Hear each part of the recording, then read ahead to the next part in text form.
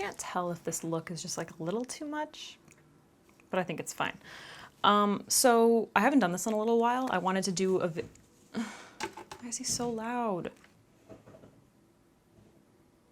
Okay, so I haven't done this in a little while, but I wanted to do an updated, well, not an updated, but like a new video where I talk about things that I just don't like, because it's not something that I do super often, and it's honestly just helpful to know. Some of these really break my heart, so just know that. So as always, I have a lot of like skincare and like not makeup, necessarily makeup related products, because I feel like those are the ones that I like buy the most myself. So I'm really paying attention to whether or not I like it. And I kind of feel like as far as makeup goes, I can pretty much always make something work for me. The first one is a cleanser. So I am a huge Sulwhasoo fan. You guys, if you've seen my skincare videos, then you know I use their Essential line.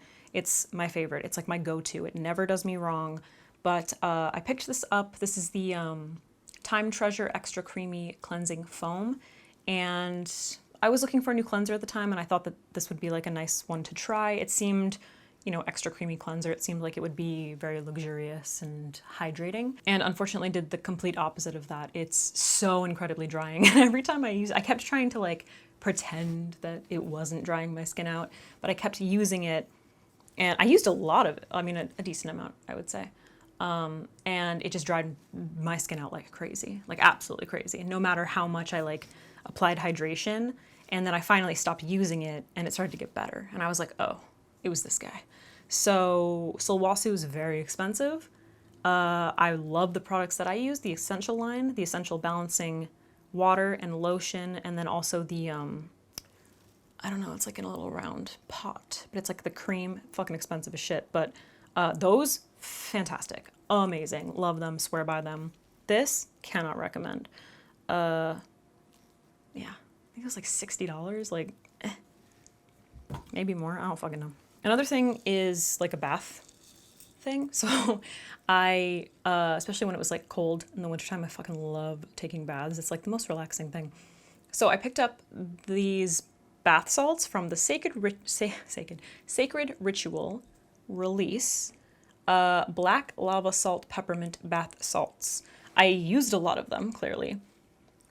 They seem fine. Like, they smell kind of nice. What do they smell like? I don't even remember. Oh. Oh, Jesus.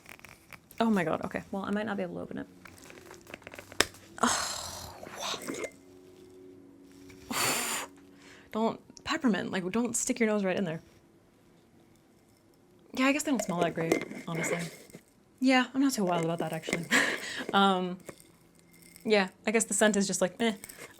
They're cruelty-free. That's nice. The thing that's really shitty about these is that they stain your tub like a motherfucker. So if you have a white tub, and like a weird orangey red color, like horrible. I think it's the little brown pebbles in here probably are the culprit. Maybe the dark ones too, I don't know. But yeah, kind of annoying and very basic, just like a bath salt. Like, didn't change my life, so I'm like, I'm not gonna recommend it. You know what I mean? This is just going to apply to basically all Ouai products. I fucking love the way they smell. The way they smell. Embarrassing. I love it. I don't know what that is, but this is the leave-in conditioner. I've tried so many different products from Ouai. Shampoos, conditioners, leave-in conditioners, heat protection sprays, hairsprays, mousses, all kinds of shit. All of it. Because I love the way they smell, and I think that Jen Atkin, like, I just assume she knows what she's doing. You know what I mean? What I hate about these products is that no matter what, they leave this really gross residue in your hair. And I've noticed that with all of the products that I use. There's always a residue. So no matter what, they're just like way too heavy for my fine hair, I think. And then it just makes me feel like I have to wash my hair even more. And I try not to wash my hair too often because obviously it's color treated. And, you know, I don't want to overwash it. So it just doesn't work. It doesn't fucking work for me. I love the way they smell. I want to love them. I'm continuously trying to love Ouai, and I just can't. So honestly, I just want to know if like other people have this problem with it, because I just don't understand how so many people use it and aren't like, ew, you know? Okay, next up was actually a I'm really disappointed about.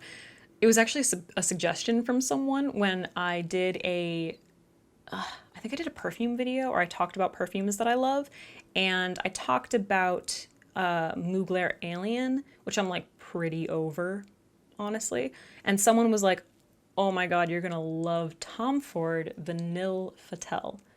Fatale? And I hate it. I'm so disappointed that I bought it and didn't like return it immediately. It's like, I don't know how to describe it really. It's vanilla-y, but it's like kind of baby powdery too. And they were like, they suggested it because I said that I loved Replica by the Fireplace and the Alien Mugler, which like I loved immediately, but I got over it so fast. I don't know why. But yeah, I hate it. I hate it. I'm so disappointed. I think I've sprayed it like a couple times and I just can't really handle it. It's just not my personal taste. It's like soft and powdery, a little bit vanilla-y, and there's like a tiny bit of like a smoky kind of musk in there. It's not bad. It's just like not something I want to smell like really. So I'm probably gonna put it on my Poshmark if anybody loves this perfume. Because I've literally, like, it's a whole fucking bottle. It's really disappointing. It's a pretty bottle too. I wanted to love it. I was like, oh, a new fave? No. All right, next up is the La Mer The Eye Balm Intense. I picked this up because I've always been curious about La Mer. It's expensive as shit, and, you know, I tried that concealer that one time, and honestly, after all this time, I'm like, it's a fine concealer. It's just not worth $80, you know? I don't even remember how much this shit was. I still have, like, a lot, but I've used it enough times to be like, it's fine. You know? I don't find it to be particularly hydrating. It's just fine. And that's it. I don't, you know, I've used it enough. Yeah, it's fine. I don't know. It's not like this amazing hydration that just like plumps up my under eye and makes it look so youthful and incredible, which is like what I would assume La Mer would do for me. I keep smelling it. It doesn't really have a scent. It kind of smells like clay. Yeah, there's nothing about it that I could possibly be like, yes, you should buy this or recommend it at all. I would probably recommend like the Tatcha Dewy Skin Cream as an under eye cream way before this, you know? So it's just like, I'm a little confused. I don't know. If you've tried it, let me know. If you love it, let me know. It just seems so unnecessary. So yeah, I'll probably like use it up, but I haven't seen anything worth like writing home about, you know? Okay, so next up is Summer Fridays, the Lip Butter Balm. So Summer Fridays is, I haven't tried that many products. I tried the original Jet Lag mask and I do like it. I had a bunch of people asking me about this guy specifically because I'm always talking about how I use a lot of lip balms. Like I'm always trying lip balms. I'm always trying to find like the right one. And this seemed like it would be really nice, you know, because I liked the Summer Fridays mask. It smells delicious. It has this really, oh, that is so annoying. Yeah, see how that's happening? See that? Oh, see that? All I did was open it. The packaging on this is so annoying. It just, because it's the, like this metal, it just, I don't know, air gets trapped in there, you open it up, and then it just forces all the product out. So it's like, okay, cool, I wasn't planning on using that much lip balm, but now I have to. So now I can't close this thing. And also, it just dries my lips out. It feels like it's gonna be really hydrating. Like you put it on your lips and you're like, creamy, and it smells really good, and I think it tastes good, I can't remember. It tastes a little good. Don't eat it. That was probably a bad idea. For external use only, that's fine. It feels like it's gonna be super creamy. I kept using it and my lips were getting drier and drier and drier. And when I say dry, I mean like, you know, when it just gets like that dried out ring, like all around your, I got lipstick on my finger, all around your lips, like the inner part of your lips. Horrible. So I stopped using it. I started using my Eucerin lip balm again, and it's just the winner, you guys. It works, it's cheap, you can get it anywhere, and all the other lip balms, all the other fancy lip balms suck. And that's all I have to say. Another skincare one. Dude, freaking all these like expensive skincare brands. What? I remember hearing about SK2. I think I saw Desi use them in a video, and I was like, what is this? It's always like this allure around really expensive skincare products. You're like, this is gonna make me look like flawless, right? Like if you use it. So I picked up these masks just because I wanted to try them out. I love a sheet mask. I love it. So I picked up a pack of them, and here's what's so annoying about them. Like you put it on and it's fine. Oh, you know what's really annoying? The actual mask is like that thick, kind of cottony feel. Cotton? Is that what it feels like? It's thick, so it doesn't like conform to your face nicely. So if you move at all, it just like flops off because it's not like flexible with your skin. So that's annoying. They seem fine. Like the product in it seems fine. It seems nice, but it specifically says to leave on for 5 to 15 minutes, discard mask after use. Wait, didn't it say to like rub it in or something? Maybe on the box it said this. I'll have to look it up. But I'm pretty sure it said like leave on for 15 minutes, discard mask, and like rub in whatever's left over. So I did that, and then I always use whatever's left over in here because like it's a waste, you know? So I did that the first time I used it, and I applied all of my skincare, and then as I'm like walking around, I can feel my face like tightening up, and I can like feel, I don't know, it felt like there was like glue all over my face. So I like went to touch my face and it just started like pilling up, and I looked and I had all this like pilly stuff. So it had mixed with my skincare, and it leaves this like weird webby, like dried glue product all over your face. So I was like, okay, cool. So I like rinsed it off, had to redo my skincare. So you can use it, but you can't leave the product on your face. You have to rinse it off, which just feels like such a waste, especially for a product that's this expensive. So I'm bitter about these, and I'm gonna keep using them because I bought all of them, and I gotta rinse them off, and I'm annoyed, and I highly don't recommend because what? Just buy the Tatcha ones. Okay, the next one kind of breaks my heart, and the only reason that I'm putting it in this video is for a very specific reason. Speaking of Desi. Desi sunglasses. Now, let me preface this by saying they are absolutely stunningly beautiful.